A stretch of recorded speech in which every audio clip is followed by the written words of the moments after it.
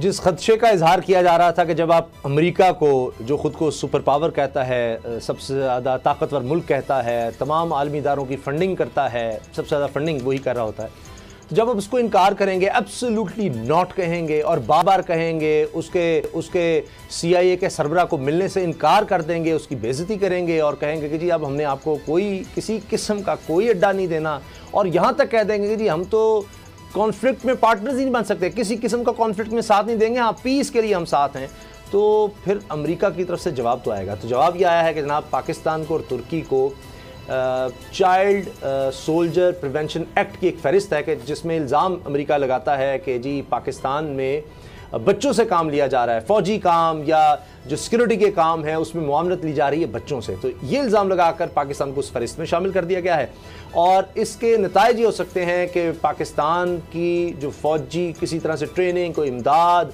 दीगर इदारों की तरफ से हो, उस पर पाबंदी लग सकती है, हत्ता कि अक़वाम मुत्तहिदा में जो पीस कीपिंग मिशन है उसके हवाले से मुश्किलात हो सकती हैं। तो ये काम शुरू हो गया है, अब इसका आगाज़ हो गया है। असद खरल साहब, क्या ये एक्सपेक्टेड था? ये अमेरिका की अपनी फहरिस्त है, जो चाहे करे। मसला अभी आपने जो बात की है वक्फे के दौरान, जो इसके अंदर ये बताया गया है कि ये अमेरिका ने खुद से एक उसको ख्याल आया, एक तखयलाती रिपोर्ट है कि जनाब इसमें एक भी ऐसी प्रेसिडेंट नहीं दी गई, एक भी ऐसा इदारा को ऑथेंटिक इदारा हो जिसके बारे में ये कहा गया कि या इसमें एग्जाम्पल दी जाती हैं, बाकायदा प्रेसिडेंट दिए जाते हैं कि जनाब ये कोई फ़ौज का कोई यूनिट है, उसके अंदर ये बच्चे हैं, इनकी उम्रें इतनी हैं, इनको बतौर वहाँ पे माली कुल्ली या इनको वहाँ पे नर्स है या गार्ड है या कोई भी ऐसा काम इनसे लिया जा रहा है। बेसिकली उसमें ये उन्होंने कैटेगरी भी चूँकि बताई है, सिर्फ खाली फ़ौजी, लेकिन वो कह रहे हैं कि कम उम्र, जो 18 साल से जो कम उम्र है, अब ये खुद से ही उन्होंने एक बनाई है और इसका मकसद सिर्फ पाकिस्तान को एक दबाव में लाना है। ये इसी तरह है जिस तरह फाटिफ के ज़रिए पाकिस्तान का नाम ग्रे लिस्ट में रखा गया है, बावजूद इसके कि जो कंप्लाइंसेज हैं सबसे ज़्यादा जो मुल्क करने वाला है वो पाकिस्तान है। और वो मुल्क जिनका यानी जो 13 मुल्क अभी जो रिसेंटली जो इजलास हुआ, यानी जो मैक्सिमम 30 से 50% तक उन्होंने कंप्लाइंसेज की थी, तो उनको तो लिस्ट से निकाल दिया गया। लेकिन पाकिस्तान जो 90% से ज़्यादा यानी 27 में से 26 अगर मान रहा है तो उसको लिस्ट में रखना, उसके बावजूद ना निकालना, तो इससे उनकी हिपोक्रेसी या उनका बायस जो है वो नज़र आ रहा है। अब इसके बाद जारी बात है अगला स्टेप ये होगा कि वो कोशिश करेंगे कि पाकिस्तान पर सैंक्शंस मुख्तलिफ तरीक़ों से लगाएं, फ़ौजी असला साजो सामान के ऊपर इक़्तिसादी पाबंदियों के हवाले से। IMF जो जारी बात है, जिस तरह UNO अमेरिका का कठपुतली है, IMF भी एक इंटरनेशनल मॉनिटरिंग जो फंड है वो भी उनका दबाव में है, उसको कहेंगे कि पाकिस्तान को कर्जा ना दिया जाए। एशियन डेवलपमेंट के, वर्ल्ड बैंक को, जितने भी इस तरह के मालियाती इदारे हैं आलमी, उनको कहा जाएगा। लेकिन दूसरी जानब आप देखें कि अमेरिका एक तरफ तो अफगानिस्तान से भाग रहा है, अब ईरान के जो नए सदर आए हैं उससे इतने खौफजदा हो गया है कि अब इराक से भी भागने लगे हैं। अब इराक के अंदर भी इनके कदम जो है वो नहीं जम रहे, एक तरफ अफगानिस्तान से भाग रहे हैं, दूसरी तरफ इराक से भागेंगे। अब मामला ये है कि ये जो इतने ही अगर ये मुखलिस हैं उन लोगों के साथ, तो वहाँ पे कम अज़ कम को हुकूमत कायम करके जाए। अब इनको पता है कि जिस तरह का तेज़ी से तालिबान जो है टेक ओवर कर रहे हैं, और जिस तरह बगराम एयरबेस इन्होंने खाली किया और बाकी जिस तरह भागने की तैयारी में, मुझे तो ये लगता है ये सितंबर तो बड़ी दूर की बात है, उससे पहले ये भाग जाएंगे। अच्छा, वही बात, उससे पहले भाग जाएंगे। या ये एक पॉलिटिकल फोरम है, तो ये जो अमेरिका ने फहरिस्त बना दी है बाबर डोगर साहब, ये भी उसी तरह की लग रही है। मैं इसमें एक चंद चीजें जुमले पढ़ना चाह रहा हूँ कि ये जो फहरिस्त है आप सुने या तो आप हैरान हो, क्योंकि मुझे यकीन है कि बहुत से लोग हैरान होंगे कि पाकिस्तान बच्चों को भर्ती कर रहा है, ये क्या होता है। लेकिन ये जो असद खरल साहब ने बात कही कि जी वो इसमें कोई हवाले उस तरह नहीं मिले, हवाले क्या मिलने, आप सुने कि क्राइटेरिया क्या है। क्राइटेरिया इस फहरिस्त का ये है कि जी कई ज़राए से इस फहरिस्त में किसी का नाम डाला जा सकता है। मिसाल के तौर पर मालूमात कहाँ से ली जाती हैं जी, अमरीकी हुकूमती एहलकारों की अपनी सूझबूझ और तहकीक, उनकी अपनी जो भी सूझबूझ है और अपनी तहकीक है उसके मुताबिक वो नाम डाल देंगे। अक़वाम मुत्तहिदा के मुख्तलिफ इदारों, बैनुल-अक़वामी इदारों, मकामी और गैर मुल्की NGOs, यानी पाकिस्तान की NGOs हों, अमेरिका की हों, किसी की भी NGOs हों, वो भी आलमी और मकामी मीडिया नाम नहीं है, ये एक स्टीरियोटाइप, जिस तरह टेबल न्यूज़ नहीं होती, कहीं भी एक उनको ख्याल आया, ख्याल को इसमें एक चीज़ है, मैंने कुछ आर्मी ऑफिसर से मेरी बात हुई जी, तो पाकिस्तान में दो तरह की आर्मी में हायरिंग होती है, कमीशनड और नॉन कमीशनड। कमीशनड जो है वो 18 से 22, नॉन कमीशनड जो है वो 17 से 22। तो उनके नज़दीक तो ये कोई ऐसी चीज़ नहीं है, वो एक नोटिफिकेशन होगा वो 18 साल हो जाएगा, इसमें तो कोई ऐसी चीज़ नहीं। और लेकिन इसमें जो सबसे अहम चीज़ है उसमें आपने ये जो इन्होंने ये जो है चाइल्ड वाला इशू, चाइल्ड रिक्रूटमेंट वाला, इसमें सबसे अहम चीज़ ये कि अमेरिकन प्रेसिडेंट को इस्तिस्ना हासिल है, वो जिस मर्जी मुल्क का नाम इस लिस्ट से निकाल भी सकते हैं और इस लिस्ट में डाल भी सकता है।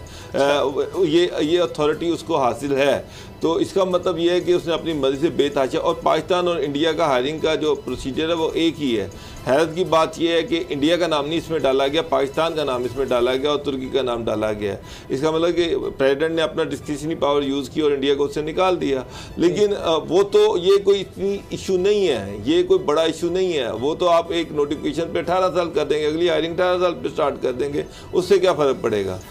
ये अमेरिका जो है उसने पाकिस्तान को किसी भी इशू पर, किसी भी, कल फिर उसको किसी बहाने से नाम डाल देगा। वो यहाँ तो इश्यूज़ ये हैं कि कल जो ब्रीफिंग दी गई उसमें यह भी कहा गया कि अमेरिका आने वाले दिनों में ये भी करेगा कि पाकिस्तान के अंदर जो फॉरेन इन्वेस्टमेंट हो रही है उसको भी डिस्करेज करेगा। पाकिस्तान के अंदर पाकिस्तान को टारगेट किया जाएगा, यहाँ पर दहशतगर्दी को प्रमोट करने की कोशिश की जाएगी, यहाँ पर जो फॉरेन इन्वेस्टर्स हैं उनको डिस्करेज किया जाएगा, आपकी जो बाहर की इंपोर्ट्स हैं उनको ख़राब करने की कोशिश की जाएगी। यानी कि सारा फोकस ये है कि पाकिस्तान को सज़ा देने की इनकी ज़रूरत कैसे हुई कि इन्होंने हमें हवाई अड्डे देने से इनकार किया। हैरत की बात यह उसामा साहब, एक तरफ अमेरिका जो है वो पाकिस्तान के अड्डे यूज़ करके तालिबान को टारगेट करना चाह रहा है, दूसरी तरफ इंडियन गवर्नमेंट जो उसका पपिट है अमेरिका का, जो उसका ब्लू आइड है, वो तालिबान के साथ डायलॉग कर रहा है। अमेरिका ने खुद किया, लेकिन और पाकिस्तान के से कहा और जी आप करवाएं डायलॉग, तालिबान को मेज पर लाएं, हमारे साथ बातचीत करवाएं, पाकिस्तान पर दबाव डालते रहे कि जी पाकिस्तान ने कहा जी हम तो चाहते हैं मेज पर आएं। एक ये भी इंप्रेशन दिया गया कि दोहा में इंडियन डिफेंस मिनिस्टर और तालिबान की कुछ मीटिंग्स हुई हैं, लेकिन कल ब्रीफिंग में ये बात क्लियर की गई कि जो मेन कोर असल तालिबान है उनके साथ अभी तक इंडिया की कोई डायलॉग नहीं हुआ।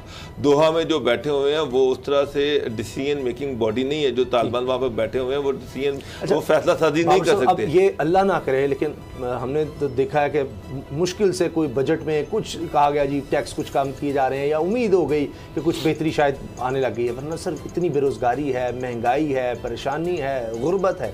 तो ये अमेरिका फिर ये जिस तरह से करेगा आलमी दारों को भी यूज़ करेगा, और वो ये नज़र आ रहा है इस फहरिस्त के बाद, तो ये तो पाकिस्तान के लिए और मुश्किलात हो सकती हैं। सर मुश्किलात आप देखें कि अफ़गानिस्तान में उनकी जो फोर्सेस हैं, जो सरकारी फ़ौज है अफ़गानिस्तान की, उसको पिछले 4 महीने से सैलरी नहीं मिली।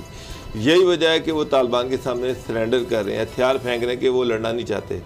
जब आपको उनको सैलरी नहीं देंगे, फैसिलिटीज़ नहीं देंगे, तो वो क्यों लड़ेंगे।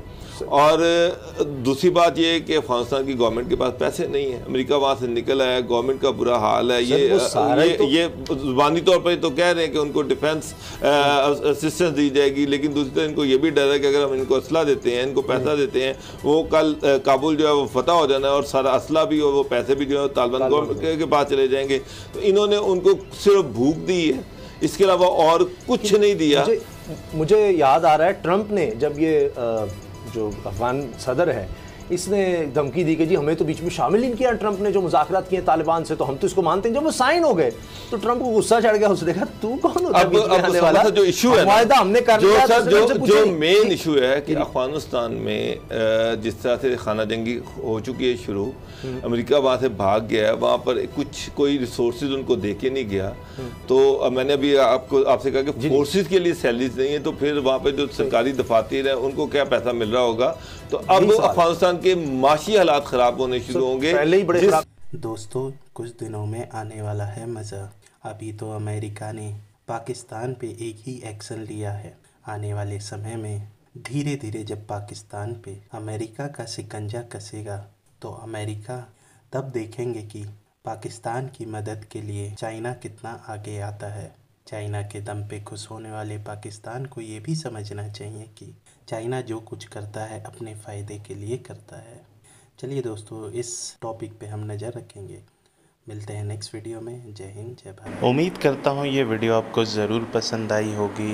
Please like, share and subscribe ज़रूर करें इस चैनल को, हमें और सपोर्ट करें, जिससे कि हम और भी आपके लिए अच्छे वीडियो लेके आ सकें। जय हिंद, जय भारत। मिलते हैं नेक्स्ट वीडियो में।